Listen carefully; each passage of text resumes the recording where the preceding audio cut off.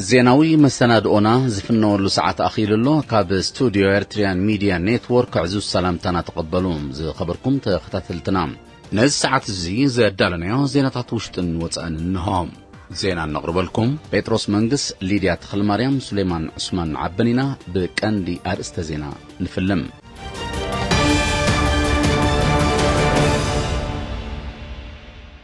أب مونغون الزباطات لقو عن سبان منصوران زر زلو برسة أقرب مكتئي كقبرلو تصاوعيت قريبهم أب نو الزبان أغفا تصفحاون تحت بايتاون تسقاتات ماين مهبتام استخايد سرح زمسكن وطيت ترخيبهم أب نو الزبا فورتو ساوا كونتات تريتن مقاهجان تصبوكم زلو تحبيروم أب فورو أكبابي ناب حملين مقيار تعرتاتي كايت كم زلو تقليتهم منجستي سعود عرب حقتات عيو وصاتنياتات سرحتنياتات نممحياش سقومتي كم زوسد أفليتوم أب معرابا وشنخ كاميرون زنكساغس عطو قجلة بزكايدو متقعتي بوحدو عسرت حدا ممهران تجاويام منجست أمريكا واقع 600 مليون دولار وتادراون سب ألبو نفرتن ندسي تايوان كشت الله وسينوم برات منجستات أمريكا كاب أهقراوي كليما وسممع باريس تمالي 4 حدار بوقعي كم السحابة تقليتهم كاب كل تحدارات تحيزهم نايفلما مخانوز تقلسك التور كبا أوشتي هاقرم زكايدو زلو لعلو توكلتي تتعرر حيلتات ليبيا أب ندفي إمامي التقبابرة تسمامي عام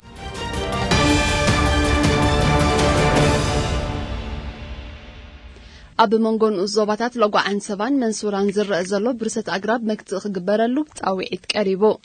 أب مونغون الزباطات لقو عن سبان منصوران أب زلو برخاتات زركب تقلو الأقرب نفحام تباهيلو ببزحي برسل زلو مكتخ قبرلو تاوعيت قريبو حلف قطر هبت جربن انسسات زجدامن ابنو زوبالو عن سبا اتو زرأي ولدو ابزحبو حبريتا اتاب معرباويات عارف نوزوبالو عن سبان مبرقاو الشنخ نوزوبا منصوران زلو صفحات بوتا للعاقم نايتوم ابت خبابي اب حلوا جرب زنطفو خوينو سلازلو عتب قلحتا خمزدليو قاليصوم أتو زرايا سعيبو ناب 28 تقمتي أب زوج حليتي أب مسمر أسمر عدي بدل أب مونغو دك شحاين ملزناين بمتحببار من محدار نقزوبا هزباو سراويتن أبالات مينستر حرشان استتحزت مكينة بمتكاس نبرتن نقزوباتات لوقع عن سبان منصوران زبرس زلو تقاتات هبت جرب نمعقاب عتب مكتتالن حلوان كاكايدو تلابيوم صحف قطر هبت جربن انسسات زجدامن نايتن الزوبا أتو تصفى ألم كنفا بقديو التقونتات التحساسا بالسلازلو هتقصقم تخوسد بمزخخر بينها زعمم سراح عد مع السلازيكونه موهادني كلهم أكلات كعزز تقويعهم أبن الزوبا نقفات صفحاون تحت بايتا أون تقاتات ماين مهبتام زستخايد السراح زمسقن وطيت ترخيبوا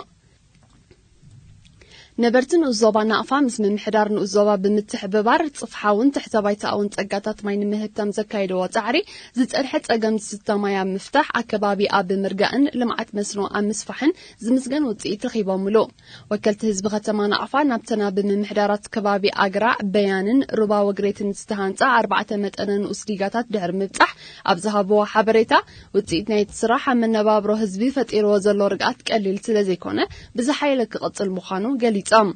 أم حدر نوزوبا نقفاعتو ياقوب إدريس بوغانو هزبت نوزوبات أقاماتو نمفتح نزوصدو تبقصوتات بممقاس التعمام بعد معنات كتكبر أبركتون زقبرو أم حدر تخبابن موياوين حرشان أمسكينوم سواهلي اللزولو ماين بقت عليك زار زجمرة روباتاتن هزب بقبو خطك أملو مأنتي مدبوتي يسرحلو كمزلون أتو ياقوب توساخي أفليتوم أبن زوبا فورتساوا كونتات تريتن مجهجان تصبق كم زلط حبيرو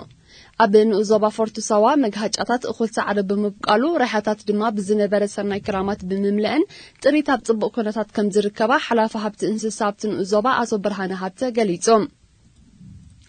بمسارة حبريتا أتو برهانة زناب دونجي كوان تجمرة أب مودعتا ورح حملة طبق متأنن زرقحن زنوبرو زناب بموقعو بقام لعلي 340 شعاتن شح هكتار مجهجاتات أخول سعر 5 بقالة بريهم ኣብ ንኡዞባ ፎርቶ ሳዋ ብጠቕላላ 1460,000 ጥሪት ከም ዘለዋ ዝሓበረ ኣቶ ብርሃነ ሕብረተሰብ ብሓፈሻ ጓሶትን ሓረሶትን ድማ ብፍላይ ተረኺቡ ንዘሎ መግቢ ጥሪት ካብ ባርዕን ዘይሓላፍነታዊ ኣጠቓቕማን እንተዓቂቦሞ ጥሪት ኣብ ከባቢአን ከይረሓቓ ዓመት ሙሉእ ከጽንሐን ከም ዝኽእል ኣፍሊጡ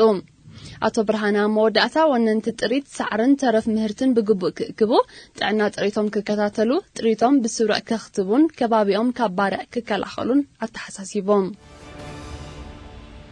ኣብ ፎሮ ኣከባቢ ናብ ሓምላይ ንምቕያር ጻዕርታት ይካየድ ከም ዘሎ ተገሊጹ ኣብ ንዞባ ፎሮ ንዘሎ ሃብቲ ገረብ ንምዕቃብን ሓድሽ ንምትካልን ኣብ ተንከባሳዊ ባህር ዘለውን ከባቢታት ሰፊሕ ናይ ምግራብ ንጥፈታት ይሰላሰላሎም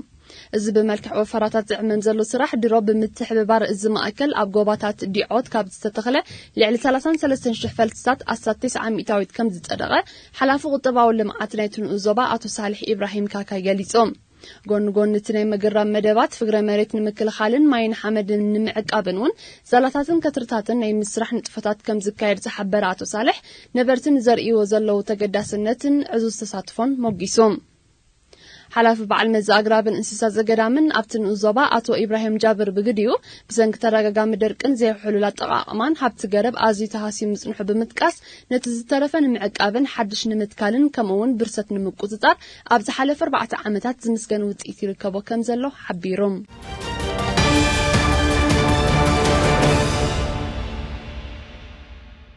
ዜና ወጻኢ መንግስቲ ስዑድ ዓረብ ሕግታት ዕዮ ወጻእተኛታት ስራሕተኛታት ንምምሕያሽ ስጉምቲ ከም ዝወስድ ኣፍሊጡ ሚኒስትሪ ሰብኣዊ ጸጋታትን ማሕበራዊ ምዕባለን ስዑድ ዓረብ ትማሊ 4 ሕዳር ኣብ ዘውጽኦ መግለጺ ካብ 14 መጋቢት 2021 ኣብታ ሃገር ዝርከቡ ወጻእተኛታት ስራሕተኛታት ስራሕ ክቕይሩ ካብ ቦታ ናብ ቦታ ክንቀሳቐሱ ይኹን ካብታ ሃገር ክወጹ ናይ ከፊሎም ማለት ዋሕሶም ፍቓድ ክጠልቡ ከም ዘየድልዮም ኣፍሊጡሎም እቲ ስጉምቲ ጽፈትን ኣድማዕነትን ሰራሕተኛታት ኣብ ምምዕባል ልዑል እጃም ከም ዝህልዎ እቲ ሚኒስትሪ ብተወሳኺ ገሊጹ እንተኾነ ግን እዚ ኣብ ሕጊ ዕዮ ዝግበር ምምሕያሽ ነቶም ልዕሊ 3.7 ሚልዮን ምዃኖም ዝግለጹ ዘቤታውያን ሰራሕተኛታት ከም ዘይውክል ዝጠቐሰ እቲ ሚኒስትሪ ንሶም ብኻልእ ሕጊ ዕዮ ክመሓደሩን ንምምሕያሹ መጽናዕትታት ይካየድ ከም ዘሎን ኣፍሊጡ መንግስቲ ስዑድያ ኣብ ዝሓለፈ ወርሒ ለካቲት ነቲ ብከፋላ ዝጽዋዕ ናይ ሰራሕተኛታት ኣስራሕን ዝምድና ዝምልከት ሕጊ ዕዮ ከም መሓይሾ ምዃኑ ምሕባሩ ይዝከር ጸጥታዊ ኩነታት ምዕራባዊ ሸነኽ ካሜሩን ብኣሰካፊ ደረጃ እንቆልቂሉ ከም ዘሎ ምስ ሃገር ቅርበት ዘሎም ተንተንቲ ይገልጹ ኣለዉ እዚ ዝተሓበረ ተዛረብቲ ቋንቋ እንግሊዝ ዝኾና ዞባታት ሃገር ንምንጻል ከም ዝንቀሳቐሱ ዝግለጹ ዕጡቃት ብዘካይድዎ መጥቃዕትታት ብውሕዱ 11 መምህራን ከም ተጨውዩ ማዕከና ዜና ንሰመዝ ጸጥታ ካሜሩን ብምጥቃስ ኣብ ዘቃላሓሉ ዘለዋ እዋን እዩ ኣብ ዝሓለፈ ወርሒ ጥቅምቲ እውን ኣብቲ ከባቢ ኣብ ልዕሊ ትርከብ ናይ መባእታ ቤት ትምህርቲ ብዝተኻየደ መጥቃዕቲ 8 ቆልዑ ከም ተቐትሉ ዝጠቐሱ ጸብጻባት እቶም ዕጡቃት ነቲ ብቋንቋ ፈረንሳ ዝካየድ መስርሕ ምምሃርን ምስትምሃርን ዘለዎም ተቃውሞ ንምግላጥ ነቲ መጥቃዕትታት ከም ዝፍጽምዎ ዘለዉ ይሕብሩ እዚ ተረጋጋሚ መጥቃዕትታት ብዝፈጠሮ ራዕዲ ወለዲ ንደቆም ናብ ቤት ትምህርቲ ካብ ምስዳድ ክሕየው ኣገዲድዎም ከም ዘሎ ድማ ይግለጽ ተዛረብቲ ቋንቋ እንግሊዝ ኣብ ዝኾና ዞባታት ዝተለዓዓለ ህዝባዊ ተቃውሞታትን ንዑ ስዒበን ዝተመስረታ ዕጡቃት ጉጅለታት ብዘካይድዎ መጥቃዕትታትን ኣብ ዝሓለፈ 4 ዓመታት ልዕሊ 3,000 ሰባት ክቕተሉ ከለዉ ልዕሊ 700,000 ኣደዳ ምምዝባልን ስደትን ከም ዝኾኑ ጸብጻባት ሕቡራት ሃገራት ይነጽሩ መንግስቲ ኣሜሪካ $600 ሚልዮን ዝግመታ ሰብ ኣልቦ ነፈርቲ ኩናት ንደሴት ታይዋን ክሸጠላ ምውሳኑ ብ4 ሕዳር ኣፍሊጡ ቤት ጽሕፈት ጉዳያት ወጻኢ ኣሜሪካ ኣብ ዘውጽኦ መግለጺ ከም መቐጸልታ ናይቲ ወታደራዊ ዓቕሚ ደሴት ታይዋን ንምምዕባልን ንምድልዳልን ክገብሮ ጸንሐ ጻዕርታት ዝተራቐቐ ዘመናውን ሰብ ኣልቦ ነፈርትን ክሸጠላ ምዃኑ እዩ ሓቢሩ እቲ መሸጣ ኣብ ምርጋጽ ጸጥታን ሰላምን ዞባ ኢንዶ ፓሲፊክ ወሽመጥ ታይዋንን እወታዊ ተራ ከም ዝህልዎ ቤት ጽሕፈት ጉዳያት ወጻኢ ኣሜሪካ ብተወሳኺ ሓቢሩ ኣሜሪካ ምስ ሉዓላዊት ግዝኣቱ ዝኾነት ደሴት ታይዋን ትገብሮ ዘላ ዲፕሎማስያውን ወታደራውን ዝምድናታት ንፖሊሲ ሓንቲ ቻይና ዝጎስን ምትእትታው ኣብ ውሽጣዊ ጉዳያት ሃገሩን ምዃኑ ክገልጽ ጸንሐ መንግስቲ ቻይና ነዚ መንግስቲ ኣሜሪካ ዘሕልፎ ዘሎ ሓድሽ ውሳነ እውን ኣትሪሩ ኮኒንዎ ኣሎ ኣፈኛ ሚኒስትሪ ጉዳያት ወጻኢ ቻይና ኣሜሪካ ምስታ ሉዓላዊት ኣካል ቻይና ዝኾነት ደሴት ዘለዎ ወታደራዊ ይኹን ዲፕሎማስያዊ ዝምድናታት ደው ብምባል ነቲ ተወጢኑ ዘሎ መሸጣ ኣጽዋር ከቋርጾ ጸዊዑ ጉዳይ ደሴት ታይዋን ንኣሜሪካን ቻይናን ካብ ቀንዲ ዘተፋንኑ ኣህጉራዊ ጂኦፖለቲካዊ ጉዳያት ምዃኖም ይፍለጥ። ካብ 2 ሕዳራት ሒዞም ናይ ፈለማ ምዃኑ ዝተገልጸ ቀጥታዊ ርክብ ኣብ ውሽጢ ሃገሮም ዘካይዱ ዘለዉ ላዕለዎት ወከልቲ ተጻረርቲ ሓይልታት ሊብያ ኣብ ንድፊ እማመ ኣተገባብራ ዘላቒ ስምምዕ ምቁራት ተኽሲ ከም ተረዳድኡ ተቓሊሑ። ኣብቲ ኣብ ከተማ ገዳምስ ዝቃናዕ ዘሎ ዘተ ዝትሳተፍ ዘላ ላዕለወይቲ ተጻዋዒት ዋና ጸሓፊ ሕብራት ሃገራት ኣብ ጉዳይ ሊብያ ስቴፋኒ ዊልያምስ ብ4 ሕዳር ኣብ ዝሃበቶ ጋዜጣዊ መግለጺ ክልቲኦም ወገናት ሰራዊቶም ካብቲ ዓሪድሉ ዘሎ ግንባራት ብምስሓብ ናብ ማዓስከራቱ ከም ዝምለስ ከረጋግጹ ከምኡውን ኣብ ቅድመ ግንባር ዝርከቡ ግዳማውያን ሓይልታት ክስሕቡ ከም ተረዳድኡ ብምሕባር ነዚ እትከታተል ኮሚቴ ክትቀውም ከም ተሰማምዑ ፍሊጣ። ብዘይካዚ ወከልቲ ክልቲኦም ወገናት ባይቶ ጸጥታ ሕብራት ሃገራት ነቲ ብ23 ጥቅምቲ ኣብ ከተማ ጄኔቫ ስዊዘርላንድ ዝተበጽሐ ዘላቒ ስምምዕ ምቁራት ተኽሲ ኣብ ዝቐልጠፈ ብምጽዳቕ ተግባራውነቱ ከረጋግጽ ጸዊዖም። ብኻልእ ወገን ወከልቲ ክልቲኦም ወገናት ኣብ ዝሓጸረ እዋን ኣብ ከተማ ሲርት ተመሳሳሊ ርክብ ከካይዱ ከም ተሰማምዑ ዝሓበረት ስቴፋኒ ዊልያምስ እታ ስትራቴጂካዊት ከተማ ማእከል ናይቲ ዝካየድ ዘሎ ዘተ ሰላም ክትከውን ኣብ ምርዳእ ከም ተበጽሐ ሓቢራ። ኣቐዲሞም ወከልቲ ክልቲኦም ወገናት ኣብ ሞሮኮ፣ ግብፅን ስዊዘርላንድን ተመሳሳሊ ርክባት ኣካይዶም ምንባሮም ዝጠቐሱ ጸብጻባት እዚ ዘተ እዚ ኣካል ናቱ ምዃኑ የረዱ።